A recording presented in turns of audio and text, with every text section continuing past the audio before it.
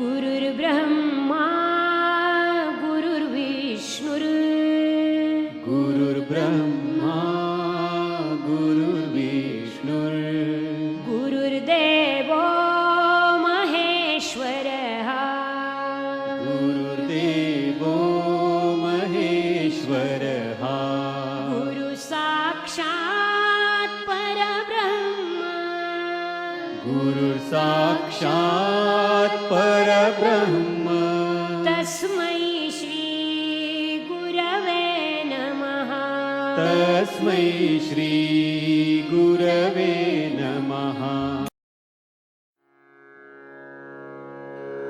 ॐ नमो भगवते वासुदेवाय ॐ नमो भगवते वासुदेवाय ॐ नमो भगवते वासुदेवाय ॐ नमो भगवते वासुदेवाय ॐ नमो भगवते वासुदेवाय वासुदेवाय वासुदेवाय। प्रेम से बोलो श्री कृष्ण भगवान की जय, भोलेनाथ भंडारी की जय। मित्रों, भक्तों, श्री हरि सचित्र श्री भागवत सुधा सागर सुख सागर भगवान वेद व्यास कृत श्रीमद् भागवत 12 सखंदों की सरल हिंदी व्याख्या श्लोक सहित प्रस्तुति की जा रही है। मित्रों, राजेंद्र कुमार सूर्यवंशी भगवान विष्णु नारायण के चरणों की धूल, उनका शिष्य, उनके मुख के द्वारा भगवान की अनमोल वाणी का प्रसाद आप तक पहुंचा रहे हैं। कृपया ग्रहण करना मत भूलिए। प्रेम से बोलो श्री कृष्ण भगवान की जय। मित्रों, पंचम सखंद का 8वां अध्याय आज हम शुरू करेंगे। 7वें अध्याय में जो सारांश बतलाया गया था वो ये था कि प्राकृतिक और विकृति भेद से अग्निहोत्र आदि कर्तु 2 प्रकार के होते हैं। संपूर्ण अंगों से युक्त कृत्यों को प्राकृतिक कहते हैं और जिनमें सब अंग पूर्ण नहीं होते, किसी ना किसी अंग की कमी रहती है, उन्हें विकृति कहते हैं। तो प्रेम से बोलो श्री कृष्ण भगवान की जय। मित्रों, 8वां अध्याय हम शुरू करने जा रहे हैं, तो एक बार बोल दो ना राधे राधे। भरत जी का मृग के मुंह में फंसकर मृग योनि में जन्म लेना। प्रेम से बोलो श्री कृष्ण भगवान की जय। बहुत सुंदर प्रसंग है मित्रों। इसमें जो प्रसंग की व्याख्या जो चल रही है, इसमें भरत जी का मृग के मुंह में फंसकर मृग योनि में जन्म लेना, बहुत सुंदर वाक्य, ध्यान से सुनिए। श्री सुखदेव जी कहते हैं, एक बार भरत जी गंडकी में स्नान कर नित्य नैमित्तिक तथा शौच आदि अन्य आवश्यक कृत्यों से निवृत्त हो परवण का जप करते हुए 3 मुहूर्त तक नदी की धारा के पास बैठे रहे। राजन, इसी समय एक हिरनी प्यास से व्याकुल हो जल पीने के लिए अकेली उस नदी के तीर पर आई। अभी वह जल पी ही रही थी कि पास ही गरजते हुए सिंह की लोक भयंकर दहाड़ सुनाई पड़ी। हरिण जाति तो स्वभाव से ही डरपोक होती है। वह पहले ही चौकन्नी होकर इधर उधर देखती जाती थी। अब ज्यों ही उसके कान में वह भीषण शब्द पड़ा कि सिंह के डर के मारे उसका कलेजा धड़कने लगा और नेत्र कातर हो गए। प्यास अभी बुझी ना थी, किंतु अब तो प्राणों पर आ बनी थी, इसलिए उसने भयवश एकाएकी नदी पार करने के लिए छलांग मारी। प्रेम से बोलो श्री कृष्ण भगवान की जय। अर्थात मित्रों, बहुत सुंदर प्रसंग। श्री सुखदेव जी कहते हैं कि एक बार भरत जी गंडकी में स्नान कर नित्य नैमित रूप से तथा शौच आदि अन्य आवश्यक कृत्यों से निर्वृत्त होकर, यानी कि सारे कर्मों से निर्वृत्त होकर प्राण का जप करते हुए 3 मुहूर्त तक नदी ही की धारा के पास बैठे थे। राजन, इसी समय एक हिरनी प्यासी से व्याकुल हो जल पीने के लिए अकेली उस नदी के तीर पर आई। अभी वह जल पी ही रही थी कि पास ही गरजते हुए सिंह की लोक भयंकर धाड़ सुनाई पड़ी। हरिण जाति तो स्वभाव से ही बहुत डरपोक और शांत स्वभाव की होती है। वह पहले ही चौकन्नी होकर इधर उधर देखती जाती थी। अब ज्यों ही उसके कान में वह भीषण शब्द पड़ा कि सिंह के डर के मारे उसका कलेजा धड़कने लगा और नेत्र कातर हो गए, यानी कि खुल गए, इधर उधर घबरा गए। प्यास अभी बुझी ना थी, किंतु अब तो प्राणों पर आ बनी थी। इसलिए उसने भयवश एकाएकी नदी पार करने के लिए छलांग मारी। प्रेम से बोलो श्री कृष्ण भगवान की जय। उसके पेट में गर्भ था। बहुत सुंदर प्रसंग, बहुत सुंदर, बहुत ही सुंदर प्रसंग। उसके पेट में गर्भ था। अतः उछलते समय अत्यंत भय के कारण उसका गर्भ अपने स्थान से हटकर योनि द्वार से निकलकर नदी के प्रवाह में गिर गया। वह कृष्ण मृग पत्नी कसत मात गर्भ के गिर जाने, लंबी छलांग मारने तथा सिंह से डरी होने के कारण बहुत पीड़ित हो गई थी। अब अपने झुंड से भी उसका बिछोड़ा हो गया, इसलिए वह किसी गुफा में जा पड़ी और वहीं मर गई। प्रेम से बोलो श्री कृष्ण भगवान की जय। बहुत सुंदर प्रसंग मित्रों, मृत्यु का इसमें आभास है। राजश्री भरत ने देखा कि बेचारा हिरनी का बच्चा अपने बंधुओं से बिछुड़कर नदी के प्रवाह में बह रहा था। इससे उन्हें उस पर बड़ी दया आई और वे आत्मीय के समान उस मातृहीन बच्चे को अपने आश्रम पर ले आए। उस मृग छौने के प्रति भरत जी की ममता उत्तरोत्तर बढ़ती ही गई।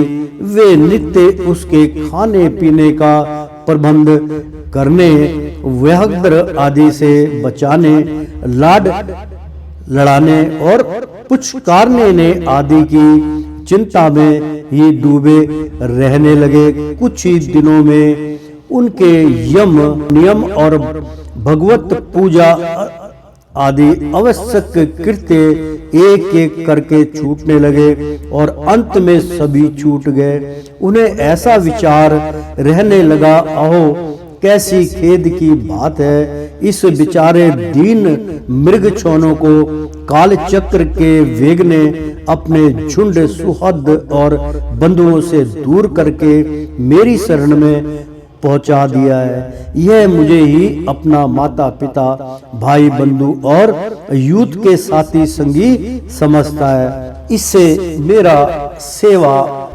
और किसी का पता नहीं और मुझ में इसका विश्वास भी बहुत है। मैं भी शरणागत की उपेक्षा करने में जो दोष है उन्हें जानता हूँ, इसलिए मुझे अब अपने इस आर्षिक का सब प्रकार की दोष बुद्धि छोड़कर अच्छी तरह पालन पोषण और प्यार दुलार करने चाहिए। निश्चय ही शांत स्वभाव और दोनों की रक्षा करने वाले परोपकारी सज्जन ऐसे शरणागत की रक्षा के लिए अपने बड़े से बड़े स्वार्थ की भी परवाह नहीं करते। प्रेम से बोलो श्री कृष्ण भगवान की जय। इस प्रकार उस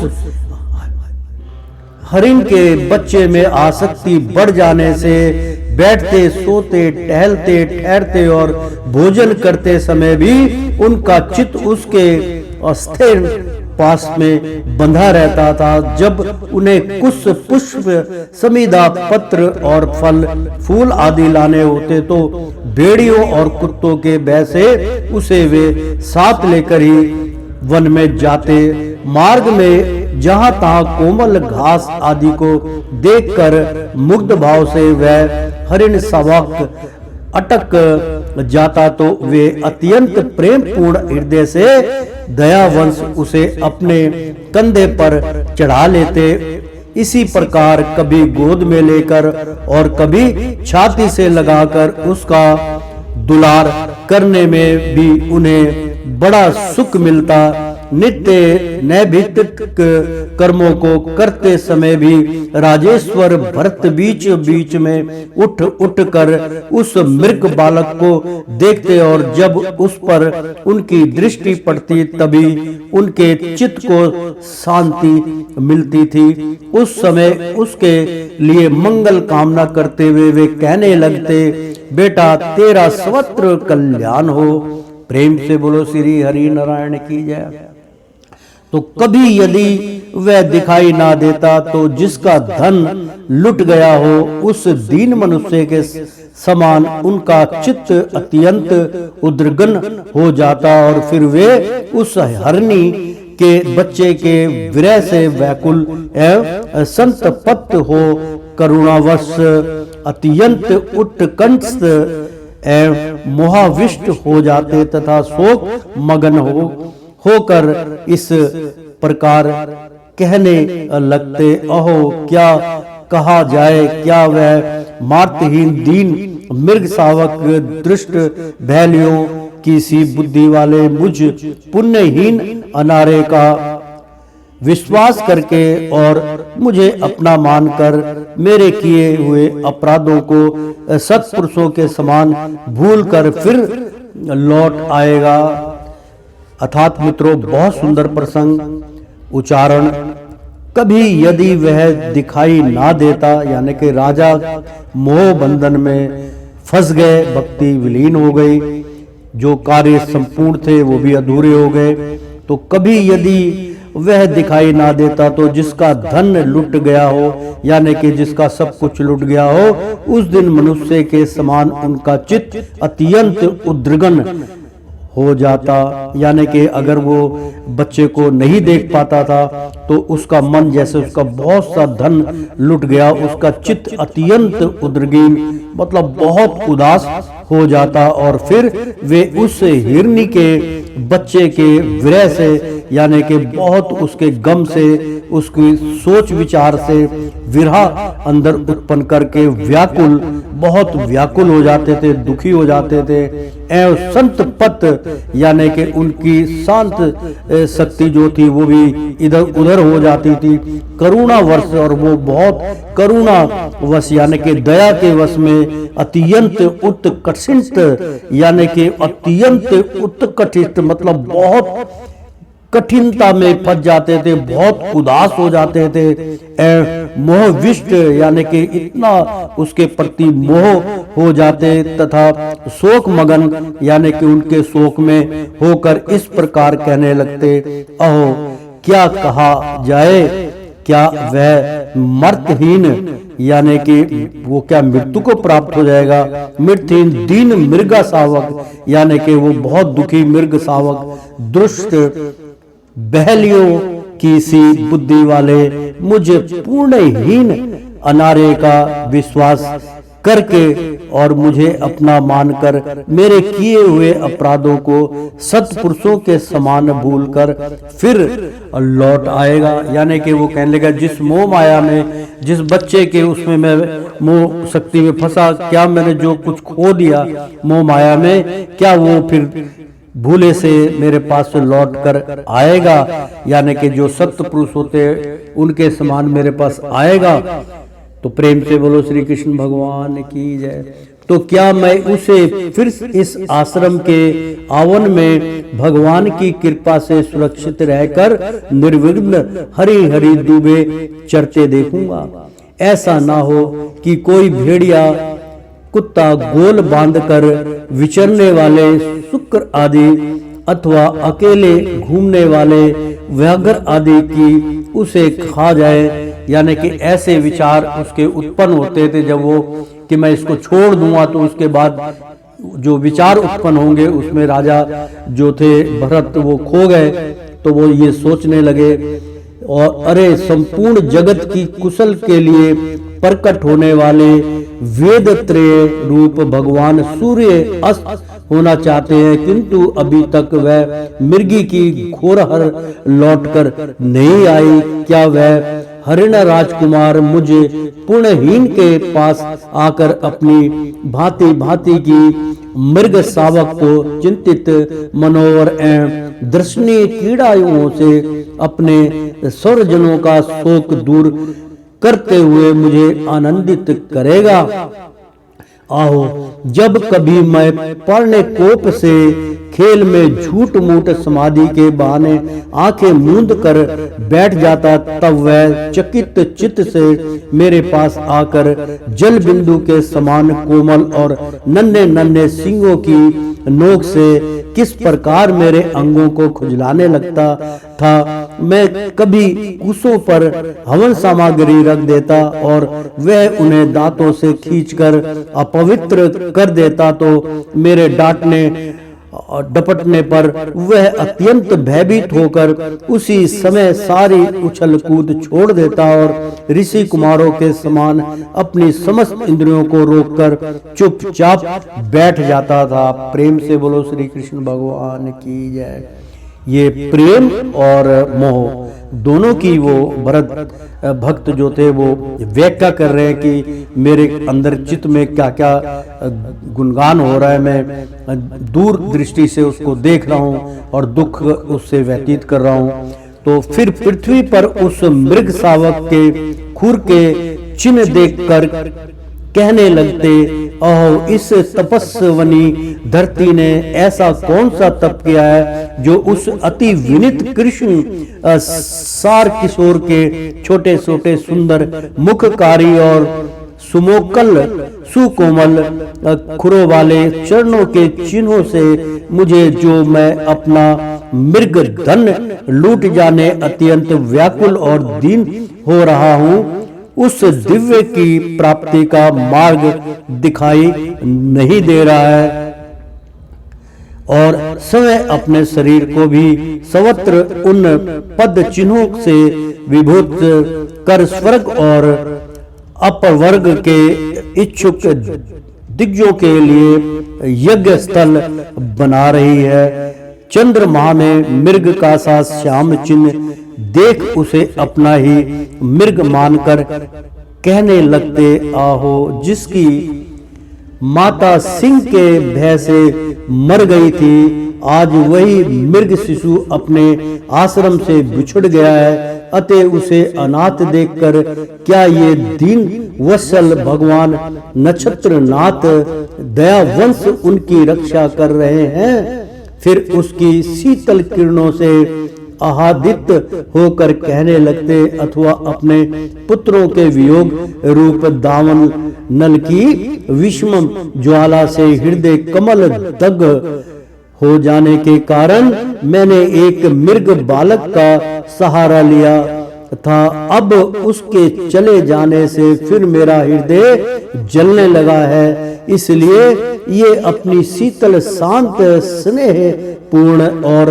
वदन सलील रूपा अमृतमयी किरणों से मुझे शांत कर रहे हैं। प्रेम से बोलो श्री कृष्ण भगवान की जय। राजन, इस प्रकार जिनका पूरा होना सर्वथा असंभव था, उन विविध मनोरथों से भरत का चित्त व्याकुल रहने लगा।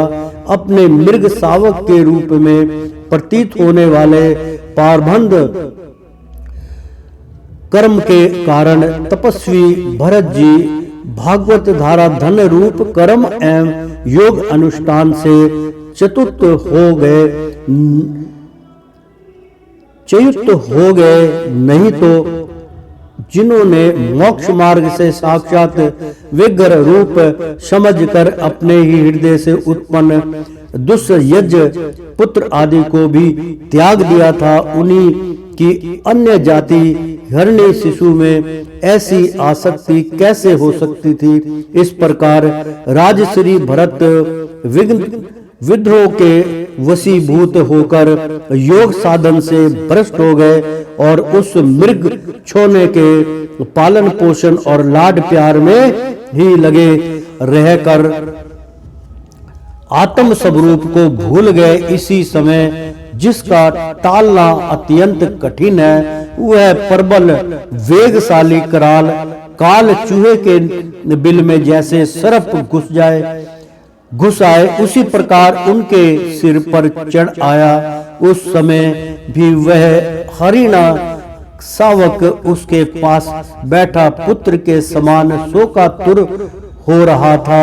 वे उसे इस स्थिति में देख रहे थे और उनका चित्त उसी में लग रहा था। इसी प्रकार की आसक्ति में ही मृग के साथ उनका शरीर भी छूट गया। यानी कि उनका मित्रों बहुत सुंदर प्रसंग कि आदमी की अंतिम क्षण के अंदर जब उन मृत्यु को प्राप्त होने के निकटम होते हैं, तब उनको वो मोह जो है वो घेर लेता है। जहां पर जिस चित्त में उनका मोह होता है, वहीं पे उनका दूसरा जन्म निश्चित हो जाता है। प्रेम से बोलो विष्णु भगवान की जय।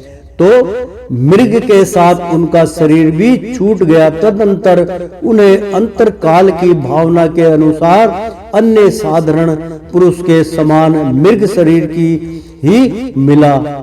आगे ना बात प्रभु भक्तों कि उसको मृग जिसमें उसका मोह चित्त जिसके अंदर गया, अंत में जो कमाई करी थी सब उसी के अंदर विलीन हो गया और उसको मृग का ही शरीर प्राप्त हुआ। किंतु उनकी साधना पूरी थी, इससे उनकी पूर्व जन्म की स्मृति नष्ट नहीं हुई। उस योनि में भी पूर्ण जन्म की भागवत धारा राधना के कारण यानी भागवत द्राधना के प्रभाव से अपने मृग रूप होने का कारण जानकर वे अत्यंत पश्चाताप करते हुए कहने लगे, आहो बड़े खेद की बात है, मैं संयमशील महामानुभाव के मार्ग से पतित हो गया। मैंने तो धैर्य पूर्वक सब प्रकार की आसक्ति छोड़कर एकांत और पवित्र वन का आश्रय लिया था।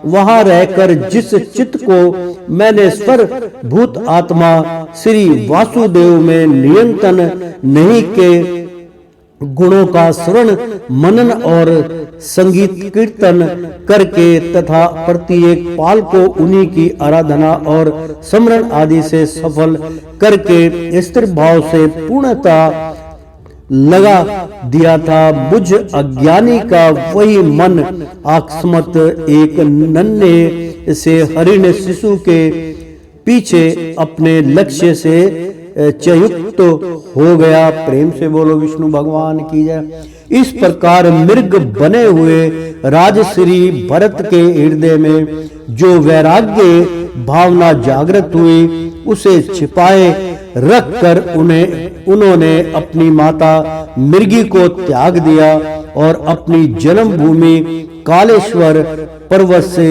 वे फिर शांत स्वभाव मुनियों के प्रिय उसी साल ग्रामत्री तीर्थ में जो भगवान का नेत्र है पुल सत्य और पुलह ऋषि के आश्रम पर चले गए और वहां रहकर भी वे काल की ही प्रतीक्षा और करने लगे। आसक्ति से उन्हें बड़ा भय लगने लगा था। बस अकेले रहकर वे सूखे पत्ते घास और झाड़ियों द्वारा निर्वाह करते मृग योनि की प्राप्ति कराने वाले प्रारब्ध के छह से बाट देखते रहते थे। अंत में उन्होंने अपने शरीर का आधा भाग गंडकी के जल में डुबाए रखकर उसे मृग शरीर को छोड़ दिया। प्रेम से बोलो श्री कृष्ण भगवान की जय। ओ श्रीमन नारायण नारायण हरि हरि, तेरी लीला सबसे न्यारी न्यारी, बोलो हरि हरि। मित्रों, भक्तों, पंचम स्कंद का 8वां अध्याय समाप्त हुआ। 9वां अध्याय हम शुरू करने जा रहे हैं। अपना चित्त निर्मल कीजिए, भगवान की शरणागत का ही आप उपास रखिए, उन्हीं की शरणागत की उपासना कीजिए, भक्ति में विलीन हो दिए, उनके रस पान से वैराग्य उत्पन्न कीजिए और अनेक मोह माया को त्यागने की कोशिश कीजिए, अपने स्वभाव को बदलिए। तो प्रेम से बोलो श्री कृष्ण भगवान की जय। एक बार बोल दो ना, राधे राधे। मित्रों, 9वां अध्याय हम शुरू करने जा रहे हैं। भरत जी का ब्राह्मण कुल में जन्म। देखो, भरत जी ने कितने अच्छे कुल में जन्म लिया, अच्छे कर्म किए। तत्पश्चात उन्होंने मोह, क्योंकि जो मोह है, वो जो तरस खाना है, वो भी आदमी के लिए अंत में उसको दुखदाई करता है। उतना ही कर्म कीजिए जितना समाज है, उससे अधिक करोगे तो फंस जाओगे। मित्रों, तो शास्त्रों में उल्लेख आता है कि जिस भूमि में कृष्ण मृग विचरते हैं वह अत्यंत पवित्र और यज्ञ अनुष्ठान के योग्य होती है। यानी कि भगवान की इस पृथ्वी के अंदर, यानी कि उनके शरीर पे ही शास्त्रों में उल्लेख आता है कि भूमि में कृष्ण मृग विचरते हैं। मतलब कृष्ण के स्वरूप मृग होते हैं, शांत स्वभाव के होते हैं, वो विचरते हैं। तो वो जन्म भूमि, वो जगत भूमि, वो पृथ्वी जो है, वो जल, वो सब कुछ यज्ञ के योग्य हो जाता है। तो एक बार बोल दो ना, राधे राधे। तो 9वां अध्याय शुरू करने जा रहे हैं। भरत जी का ब्राह्मण कुल में जन्म। श्री सुखदेव जी कहते हैं, राजन, अग्नि रस गोत्र में सम दम तप स्वाध्याय वेद अध्ययन आदि को अन्न देना, संतोष प्रतीक्षा, निविन्न विधा, कर्म विधा, अनुसूया, दूसरों के गुणों में दोष ना ढूंढना, आत्म ज्ञान, आत्म के कर्तव्य और भोक्ति भाव तत्व का ज्ञान एवं आनंद, धर्म पालन जनित सुख, सभी गुणों से संपन्न एक श्रेष्ठ ब्राह्मण थे। उनकी बड़ी स्त्री से उन्हीं के समान विदाशील, आचार रूप और उदारता आदि गुण वाले 9 पुत्र हुए तथा छोटी पत्नी से एक ही साथ एक पुत्र और एक कन्या का जन्म हुआ। इन दोनों में जो पुरुष था वह परम भागवत राज श्री शिरोमणि भरत ही थे। वे मृग शरीर का प्रतित्याग करके अंतिम जल में और अंतिम जन्म में ब्राह्मण हुए थे, ऐसे महापुरुषों का कथन है। इस जन्म में भी भगवान की कृपा से अपनी पूर्ण जन्म परंपरा का स्मरण करने रहने के कारण वे इस आशंक से कि कहीं फिर कोई विघ्न उस पर ना हो जाए, क्योंकि उपस्थित ना हो जाने का उनके मन में हमेशा भय लगा रहता था। तो अपने स्वरजनों के संग से भी बहुत डरते थे। हर समय जिनका स्मरण और गुण कीर्तन सब प्रकार के क्रम बंधन को काट देता है। श्री भगवान के उन युगल चरण कमलों को ही हृदय में धारण किए रहते तथा दूसरों की दृष्टि में अपने को पागल, मूर्ख, अंधे और बहरे के समान दिखाते। पिता का तो उनमें भी वैसा ही स्नेह था, इसलिए ब्राह्मण देवता ने अपने पागल पुत्र के भी शास्त्र अनुसार सभावर्तन प्रयत्न विवाह से पूर्व पूर्व के सभी संस्कार करने के विचार से उनका उपन्य संस्कार किया। यद्यपि वे चाहते नहीं थे तो भी पिता का कर्तव्य है कि पुत्र को शिक्षा दे। इस शास्त्र विधि के अनुसार उन्होंने उन्हें सोच, आचमन आदि आवश्यक कर्मों की शिक्षा दी। किंतु भरत जी तो पिता के सामने ही उनके उपदेश के विरुद्ध आचरण करने लगते थे। पिता चाहते थे कि वर्षा काल में उसे वेद अध्ययन आरंभ करा दूं, किंतु बसंत और ग्रीष्म ऋतु के चैत्र, बैसाख, ज्येष्ठ और आषाढ़ 4 महीनों तक पढ़ाते रहने पर भी वे उन्हें व्याहति और शिरोमण मंत्र प्रवण के सहित त्रिपदा गात्री भी अच्छी तरह याद करा सके। ऐसा होने पर भी अपने इस पुत्र में उनका आत्मा के समान अनुराग था, इसलिए उसकी प्रवृत्ति ना होने पर भी वे पुत्र को अच्छी तरह शिक्षा देनी चाहिए। इस अनुचित आग्रह से उसे सोच, वेदाध्ययन, व्रत नियम तथा गुरु और अग्नि की सेवा आदि ब्रह्मचार्य आश्रम के आवश्यक नियमों की शिक्षा देते ही रहे। किंतु अभी पुत्र को सुशिक्षित देखने का उनका मनोरथ पूरा ना हो पाया था और स्वयं वे भगवान जन रूप अपने मुख्य कर्तव्य से असाधावन रहकर केवल घर के धंधों में ही व्यस्त थे कि सदा सजग रहने वाले काल भगवान ने आक्रमण करके उनका अंत कर दिया। तब उनकी छोटी भार्या अपने गर्भ से उत्पन्न हुई। दोनों बालक अपनी सौत को सौंपकर स्वयं सती होकर पति लोक को चली गई। भरत जी के भाई कर्म कांड को सब से श्रेष्ठ समझते थे। वे ब्राह्मण ज्ञान रूप प्राविधा से स्वरथा अनभिज्ञ थे, इसलिए उन्हें भरत जी का प्रभाव भी ज्ञात नहीं था। वे उन्हें नीरा मूर्ख समझते थे। अतः पिता के परलोक सुधारने पर उन्होंने उन्हें पढ़ाने लिखाने का आग्रह छोड़ दिया। भरत जी को मना पर मानकर कोई विचार ना था। जब साधारण नर पशु उन्हें पागल, मूर्ख अथवा बहारा कहकर पुकारते तब वे भी उसी के अनुरूप भाषण करने लगते। कोई भी उनसे कुछ भी काम कराना चाहते तो वे उनकी इच्छा के अनुसार कह देते। बेगार के रूप में, मजदूरी के रूप में मांगने पर अथवा बिना मांगे जो भी छोड़ा थोड़ा बहुत अच्छा या बुरा अन्न उन्हें मिल जाता, उसी से को जीभ का जरा भी स्वाद ना देखते हुए खा लेते। अन्य किसी कारण से उत्पन्न ना होने वाला स्वत सिद्ध केवल आनंद स्वरूप आत्मज्ञान उन्हें प्राप्त हो गया था।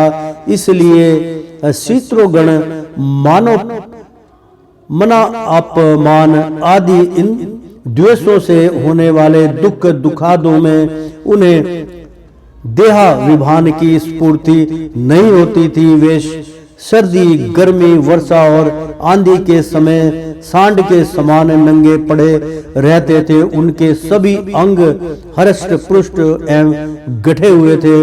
वे पृथ्वी पर ही पड़े रहते थे। कभी तेल, उबटन आदि नहीं लगाते थे और ना कभी स्नान ही करते थे। इससे उनके शरीर पर मैल जम गई थी। उनका ब्रह्मा तेज धूलि से ढके हुए मूल्यवान मणि के समान छिप गया था।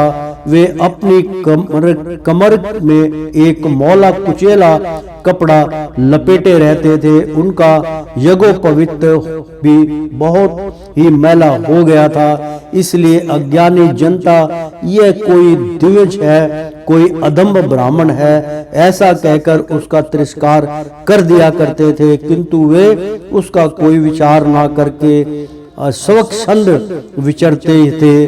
दूसरों की मजदूरी करके पेट पालते देख जब उन्हें उनके भाइयों ने खेत की क्यारियां ठीक करने में, यानी जो खेतों की क्यारियां बनी होती हैं उसको ठीक करने में लगा दिया, तब वे उसे कार्य को भी करने लगे। परंतु उन्हें इस बात का भी कुछ ध्यान ना था कि उन क्यारियों की भूमि समतल है या ऊंची नीची, अथवा वह छोटी या बड़ी।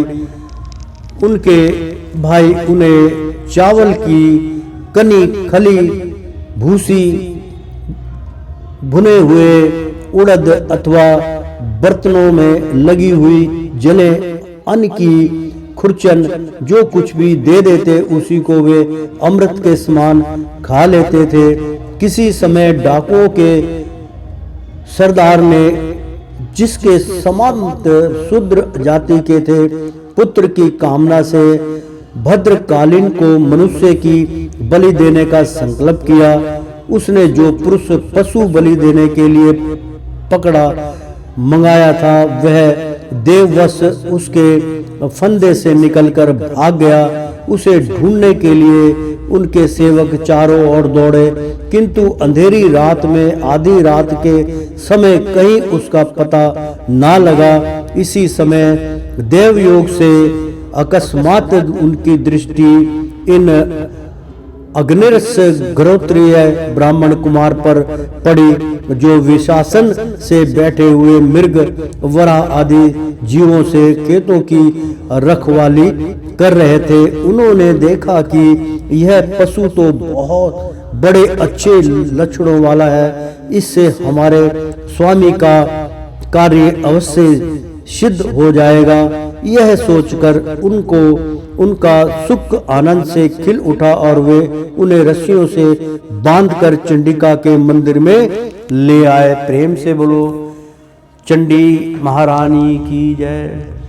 तदअंतर उन चोरों ने अपनी पद्धति के अनुसार विधि पूर्वक उनको अभिषेक एवं स्नान कराकर कोरे वस्त्र पहनाए तथा नाना प्रकार के आभूषण, चंदन, माला और तिलक आदि से विभूषित कर अच्छी तरह भोजन कराया। फिर धूप, दीप, माला, खील, पत्ते, अंकुर और फल आदि उपहार सामग्री के सहित बलिदान की विधि से गान, स्तुति और मृदंग एवं ढोल आदि का महान शब्द करते हुए पुरुष पशु को भद्रकाली के सामने नीचा सिर करा के बैठा दिया। इसके पश्चात दास्य युवराज के पुरोहित बने हुए लुटेरों ने उस नर पशु के रुधिर से देवी को तृप्त करने के लिए देव मंत्रों से आमंत्रित किया।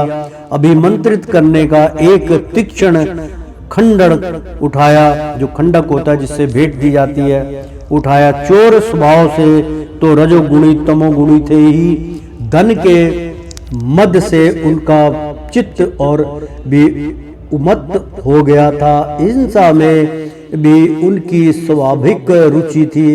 इस समय तो वे भगवान के अंश स्वरूप ब्राह्मण कुल का तिरस्कार करके स्वच्छ दंता से कुमार्ग की ओर बढ़ रहे थे।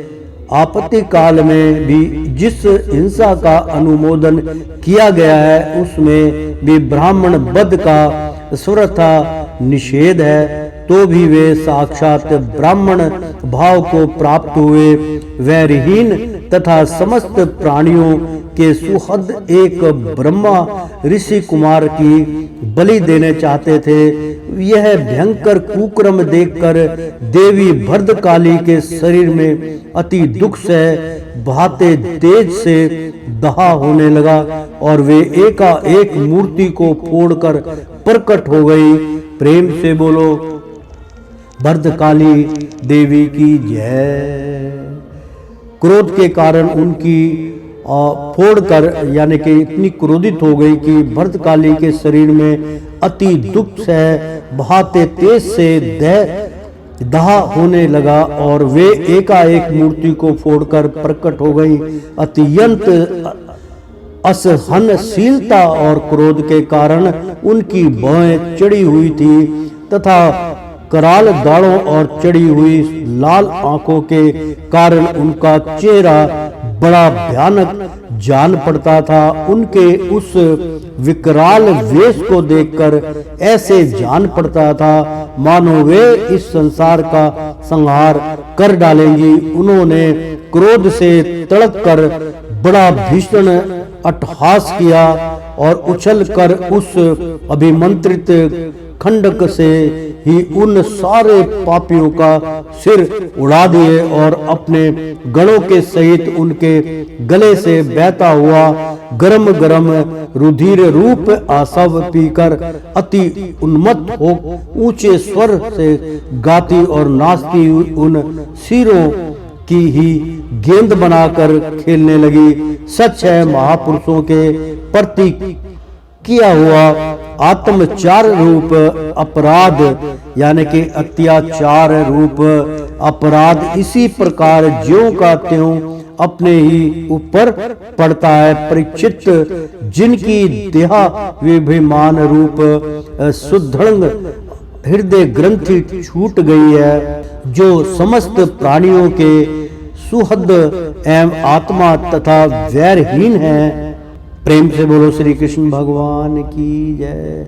तो एवं आत्मा तथा वैरहीन है, साक्षात भगवान ही भद्रकाली आदि भिन्न भिन्न रूप धारण करके अपने कभी ना चूकने वाले काल चक्र रूप श्रेष्ठ शास्त्र के जिनकी रक्षा करते हैं और जिन्होंने भगवान के निर्भय चरण कमलों का आश्रय ले रखा है, उन भगवान भगत परमहंसों के लिए अपना सिर काटने का अवसर आने पर भी किसी प्रकार व्याकुल नहीं होना, यह कोई बड़े आश्चर्य की बात नहीं है। प्रेम से बोलो श्री कृष्ण भगवान की जय। ओ श्रीमन नारायण नारायण हरि हरि, तेरी लीला सबसे न्यारी न्यारी, बोलो हरि हरि। ओ श्रीमन नारायण नारायण हरि हरि, ओ श्रीमन नारायण नारायण हरि हरि। प्रेम से बोलो श्री कृष्ण भगवान की जय। एक बार बोल दो ना, राधे राधे कृष्णम कृष्णम।